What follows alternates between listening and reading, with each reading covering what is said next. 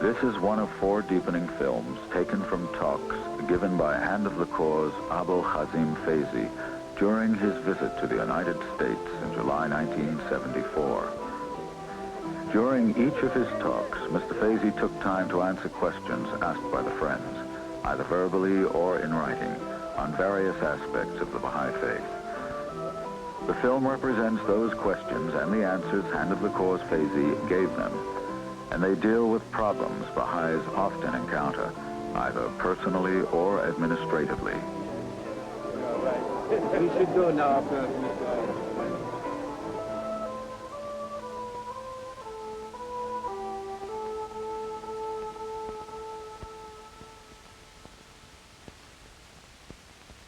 The question is this, about the parents of a person who embraces the faith. Baha'u'llah says, I want to tell you, he says, I want to tell you or explain for you one of the bounties of this faith. Whoever believes in the faith of Baha'u'llah, his or her parents will be accepted by God as believers. It is the more complete form of what Christ has said. Christ said, you know the tree by its fruit. Now Baha'u'llah blesses the tree because of its fruit. It's very interesting. It's an advanced form of saying that. In another tablet, he says, I want to give you another secret of this faith, which is very great, and you may quote it to the non-Baha'is. Anybody who utters a word to help this faith of God on this planet, he will receive the reward of that one word throughout the endless words of God. In each word, he will receive one compensation of one word to help the Baha'i faith being spread. The other day I heard in a very difficult situation, the ambassador of America helped the Baha'i. I said, please tell him this sentence. Well, he did it, and it was very hard for him, but he was not Baha'i, but he did it. This shows the sign how much this nation is ready to accept the faith of Baha'u'llah. What if one family member is not a Baha'i? We can't say anything except the instructions given by the beloved guardian in such instances. We have had many cases where mother was Baha'i and husband was not, and vice versa, or the child was Baha'i and none of his parents. The guardian always said, love them or love him or love her. That's the only thing which will open the heart. And second, no one should ever judge any other person to say he will never believe in Baha'u'llah. It's not true. Perhaps on the very last breath he will accept Baha'u'llah. Because the opposite view is also true. And Baha'u'llah says in the book of Iran, how very often the people who have been at the exalted station of the faith in the last breath, they refuse the cause of God and died religiously. Therefore, anybody who has asked this question must love his parents both the same. Love is the greatest magnet that we have, and we must always use it. And pray that God will open the eyes, not only Daddy, of all the people around. And be sure that this will work. How do you balance your love for your fellow Baha'is with the need to correct them when they may be in error? When we love each other, it doesn't mean that we must kill the truth. We love each other when we are, suppose, members of one committee. And one of the members says, we must build a Mashrul Askar in this town immediately.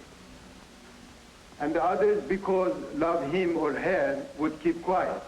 This is not a true manifestation of love, because you must immediately tell him or her that we work according to a plan given to us from an infallible source. our individual enterprises will not mean anything. And the love that that person shows, if he or she wants to show it, is to accept this proposal with great love reciprocated. And now, another point. When we are members of a very small community, a very small committee, we must lose our identity. By this I mean this. Suppose there is a field marshal, a professor of university, a great architect, a very wealthy member of the community, appointed by the local assembly as the members of a committee taking care of the cleanliness of Haziratul Ghor. Now, when we are together, the field marshal should not rise and say, now I command you to do this and that. Well, outside of the committee, he is field marshal, but not inside. He is an individual Baha'i. If he has love for the cause, and friends should know this, that here he is an individual Baha'i, a part of this community. The professor cannot say, take out your notebooks and write down what I tell you. Never. The third one should not say, I'm the wealthiest man, therefore I'm not to clean Haziratul Ghor. All of them should say, this is the greatest honor given to us, let's hand in hand together and do it. This means love, practical, not something imaginary, not something like mystics. Always be practical in your life. With that love, protect the truth revealed by Baha'u'llah. If you kill the truth by showing your love to somebody, this is not what Baha'u'llah meant. Mr. Faizi, how do you balance the needs of your family with your duty to the cause? You may give your schedule of everyday life to the assembly and say, according to this, please appoint me to a committee. I'm interested in the committee of 19 days. I'm interested in the committee of Baha'i education. I'm ready to serve in Baha'i classes, but I cannot abandon my children. This will be solved by assembly or committees responsible. I remember once a very old Baha'i from the northern part of Persia had great difficulty because his wife was not a Baha'i. Wherever he went, he begged the friends, please come and make her a Baha'i. Now, the moment came that she became a Baha'i. After 1 month, he went to the assembly. He said, please return her to their original friends. What happened? He said, when she was a Muslim, every evening I had delicious food ready for me, and the table was set, everything was clean, everything was proper. Now, one night she's in the committee of education, the other night, there is no end to it. Well, this really, she exaggerated in all her service. We must always walk the path of moderation. Moderation, please remember, all of you, is the faith of Baha'u'llah. Moderation in everything. What are the qualities needed in a Baha'i marriage? A link which will join you together always. And that link is the love that both of you have for the cause of God. Consecrate your life for the service of Baha'u'llah. And nothing will deter you from the right path of love. And nothing will bother you.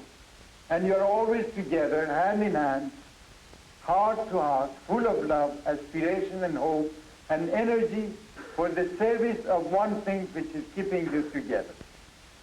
This will make your marriage very successful. And next to that, I said this sentence that I said before, nothing will give you joy. Nothing will grant you comfort in life, material life and other things, except to open the treasure house of joy within your heart. Rejoice with the joy of your own heart. The treasure house of it is here within us. Let's both try to open and exchange this joy with each other. Then your marriage will be, of course, eternally established.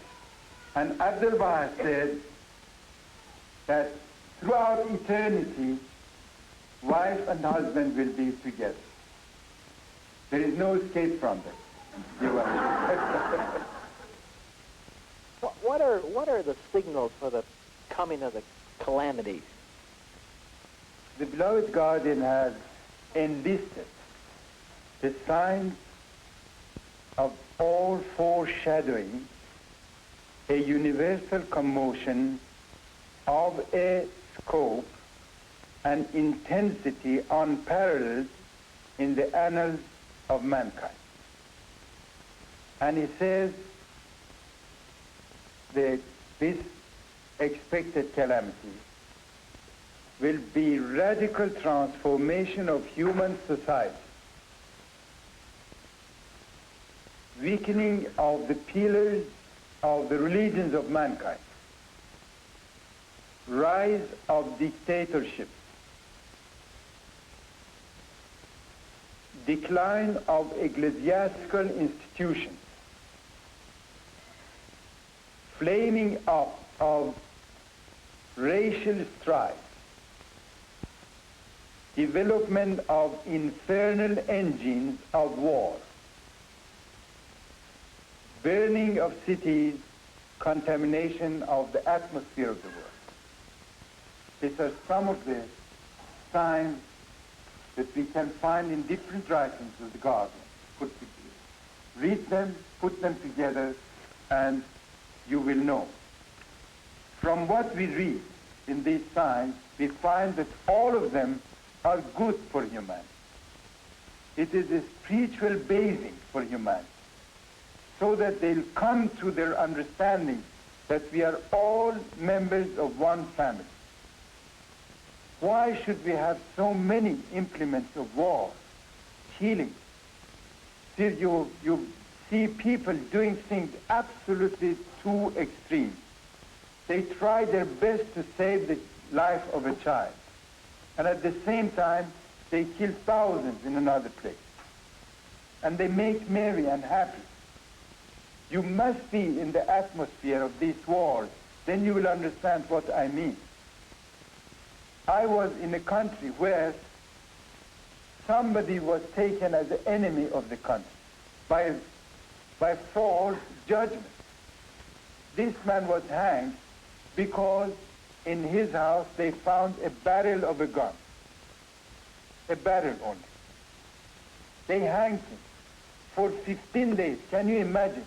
The whole population of the capital, villages around, and neighboring towns of the country came and made picnics under the hanging body of this man, playing music, dancing, singing, so on and so forth.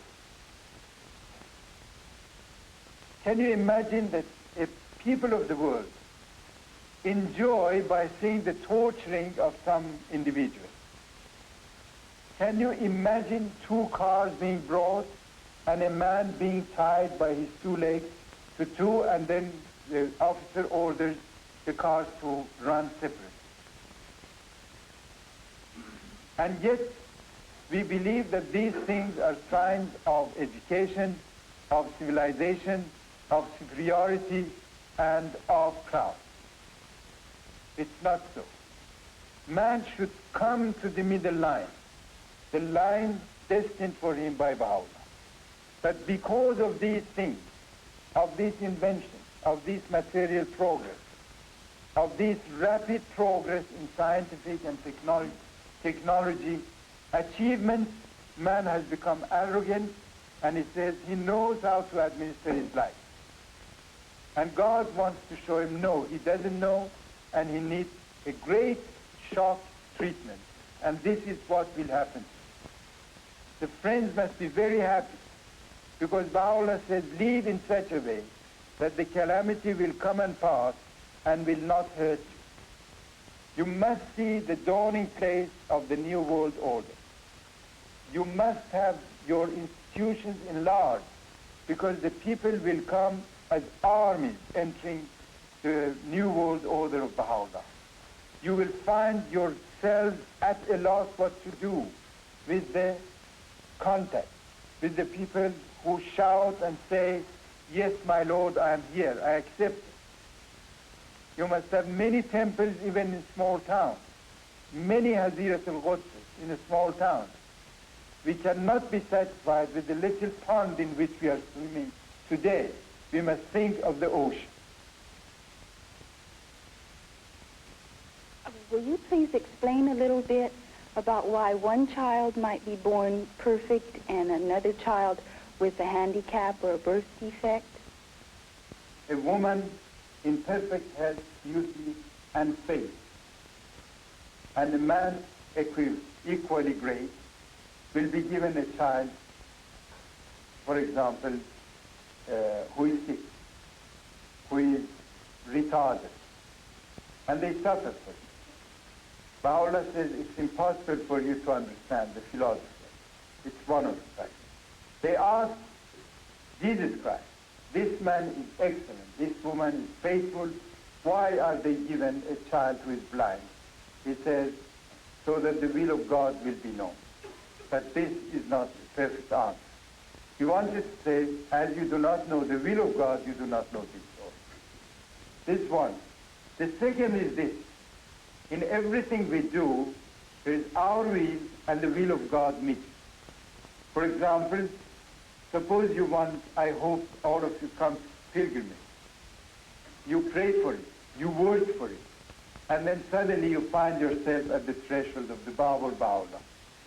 How far between here and Haifa was the will of God that you should come, and how far was your own effort? The line of separation between these two is never to be understood. Therefore, the one who has asked should not be disappointed. This is the decree of God.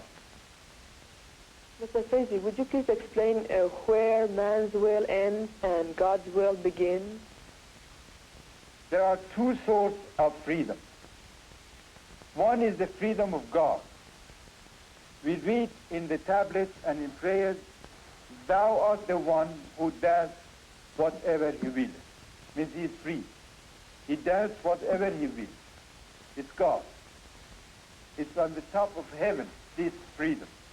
The other one, below humanity, in the life of animals. Animals are also free to do whatever they like. They never consider manners or anything. A donkey never thinks who is riding to respect it, for example, or a horse. And now, the people of the world say we want to be free. As they cannot have the freedom of God, what other freedom is available for them? It's animal freedom. That's why they say we want to do whatever we like, whatever our instincts compel us to do. And this is the animal freedom, which is not worthy of a man. The freedom which exists between these two is the moderate life belonging to man. And man will never find freedom unless and until it comes under the spiritual discipline of God, unless he lives within the plan made for him by God. Please think of one example. Suppose one day in the city of New York, all the guiding lights will be put off by the government and say, our people now are mature and let them drive freely without looking at the light, red or green or yellow. Just imagine what will happen in 10 minutes in the most civilized town of the whole world. Thousands of cars will be broken into pieces. Suppose Armstrong, who was the first man on the moon, drives his car and crosses the red light. The policeman will get him. So why did you cross? He said, don't you know me? I am Armstrong. I flew to the moon. Can't I drive here on the planet easily? No. You must be under the restriction of this planet. When you see the red light, you must follow. And the best example of this kind of freedom, the best explanation is given by Jesus Christ. Please remember this sentence of Jesus Christ. Find the truth, and the truth will make you free. Find the exact meaning, the exact truth about drinking alcoholic beverage and getting addicted to it. Find the exact result of opium, of hashish, of all these drugs. Abdul-Baha says those who have drunk hashish or who have smoked hashish, you cannot consult with them for 40 years. They are not reliable. Find the truth about these things, and then you will be free. It means you will be free from the evil consequences of all these drugs and beverages which are so prevailing in the world of today. Let's ourselves practice this, and let's try to have a beautiful house, full of the ways of love and mutual understanding amongst the father and mother and amongst the children and their parents, and save our children so that they will be propagating the faith of God in the coming generation. Could you explain the consequences of acts that you commit before you're a Baha'i that, if you were a Baha'i, might be considered a violation of Baha'i law? Once a young man who had been addicted to opium and liquor and everything, at the age of 50, embraced the faith of Baha'u'llah and wrote a letter to Baha'u'llah and said, explained, confessed all these things to him and said, what will happen to me? I beg forgiveness. Baha'u'llah wrote back, God has forgiven all your sins, but the consequences of the sins can never be removed. You see what I mean? It's a very delicate point. I mean, if I use opium for a long time, the very first thing which will happen to me, the teeth will all go black and they will decay. Then the chest will be the victim of it, and then the whole body and the blood will become poisonous. Now, after embracing the faith of Baha'u'llah, God forgives me for disobedience that I have committed, but God will never return my teeth back to pearly white teeth. This is what it means. What about the quote that says in the future the world would subsist on fruits and grain? You know, in the faith of Baha'u'llah, we have concordance of science and religion. When the House of Justice will have more power and more influence in the world, and when our temples will have institutions for scientific discoveries, because temples are not built only for the people to go and say prayers there. No, around it all sorts of scientific institutions will be established, and one of them perhaps will be this problem. When the scientists inform the House of Justice that these are the food required for the people of the world, the House, if sanctioned, will announce to the whole world, now you may have this nutrition. Once somebody asked the beloved guardian, is beer forbidden in the faith? The guardian said, this should be asked from the scientists who will inform the House of Justice. How many percent alcoholic beverage exists in this? And then the House will say yes or no. Again he asked, now I want to repeat. The guardian said, now it's forbidden. Yes. By asking, we will make more difficulties for ourselves. Now, what Abdul-Baha says belongs to future, or even Baha'u'llah. And I don't think he has said nutrition. I have never seen this. He says medicaments in future will be done by the help of herbs, vegetables, and fruits. I don't think he said nutrition will be limited to that. I haven't found that yet. And Baha'u'llah, in one of his tablets, he says provision necessary for man to have is in the earth, exists in the earth. We hope that by the mighty hand of God it will be disclosed. There are many things which are yet unknown. Abdul-Baha and Baha'u'llah have said, arts, sciences, and crafts which no eye has ever seen and no ear has ever heard will be manifested from this temple, the temple of the Baha'i faith. Unprecedented sciences will come into existence. And then he says Baha'is will be the first link of these new sciences. Please, again, I tell you, read the book of the Iran. In the day when nobody ever thought of atomic energy or anything like that, Baha'u'llah says, open an atom in the book of Iran. Open an atom, and in the middle of it you will see a sun. Who could ever think of what it meant? And in one tablet he says, the eyes are windows of human mind. The eyes are windows of human mind. The eyes must see, and the mind will start to think, to find out.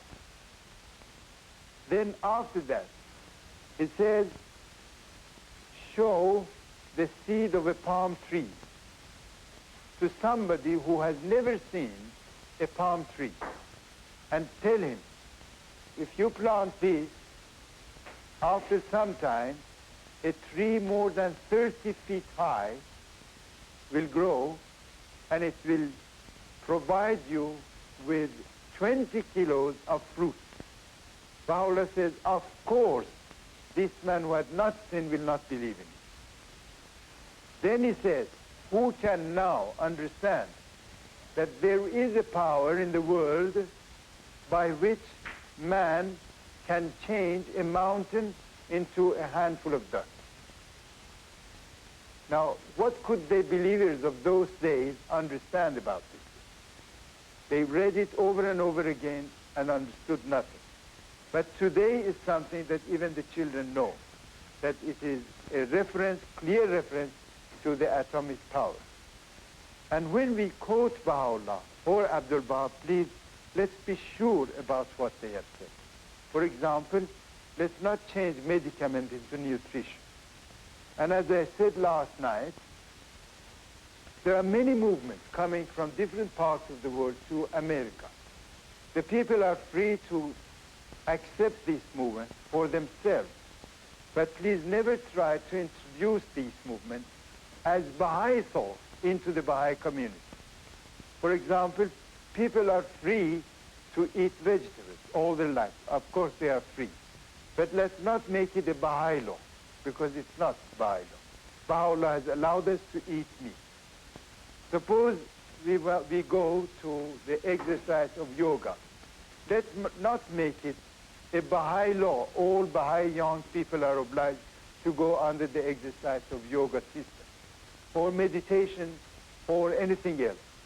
In those things, the people are free, but we must live within the Baha'i community under the laws and principles of Baha'u'llah and nothing else. Could you explain what is meant by chastity? This question of chastity had been asked many times, even in South America. And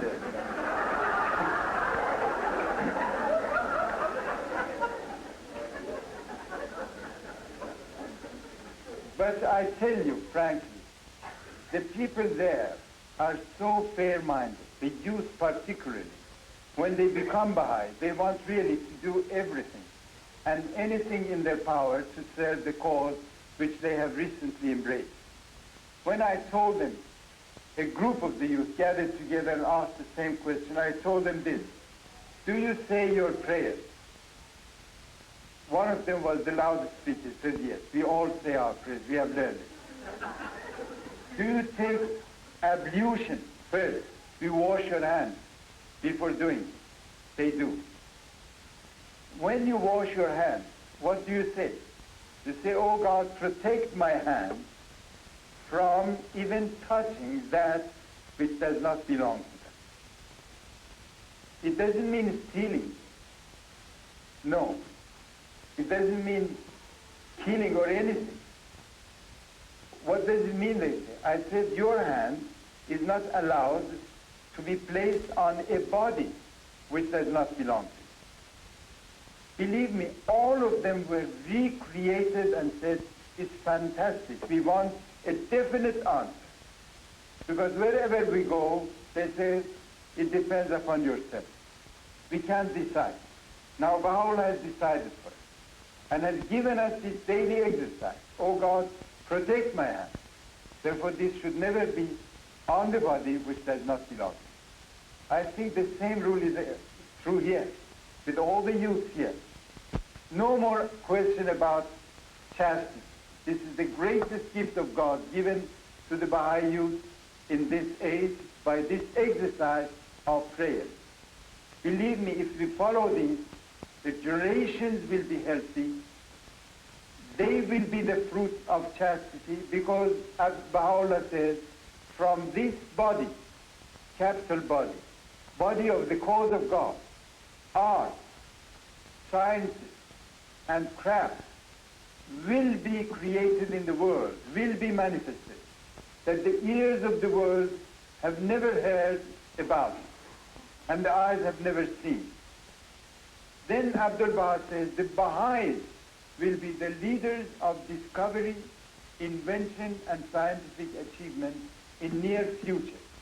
We can't be that if we do not follow the right path of chastity. Mr. Faizi, what about the youth who don't keep the Baha'i law? If they cannot follow by the laws and standards of Baha'u'llah, I advise them to resign from the faith immediately. Because we do not want to play with this faith of God. Think of municipality who has planted a pine tree in the street. You break one branch of it, and municipality will put you into prison. Now think of a tree of the cause of God, planted by Baha'u'llah, and the blood of 20,000 people have been given to the root of this tree so that it will grow. Now you come and distort it. Therefore, wait the consequences, which will be the wrath of God. If we are inside this cause, we must abide by all rules. And if we cannot, we must leave it alone. Till such time as we'll prepare ourselves to abide by every rule of the Baha'i faith. Then the community will be very strong. The community will stick to each other like atoms of steel. They'll become strong, and then after the strength, a magnetic power will be created by every Baha'i community everywhere in the world, and that magnetic power will attract other people to the cause of God. Thus it will spread all over the world. What is the Baha'i attitude about homosexuality?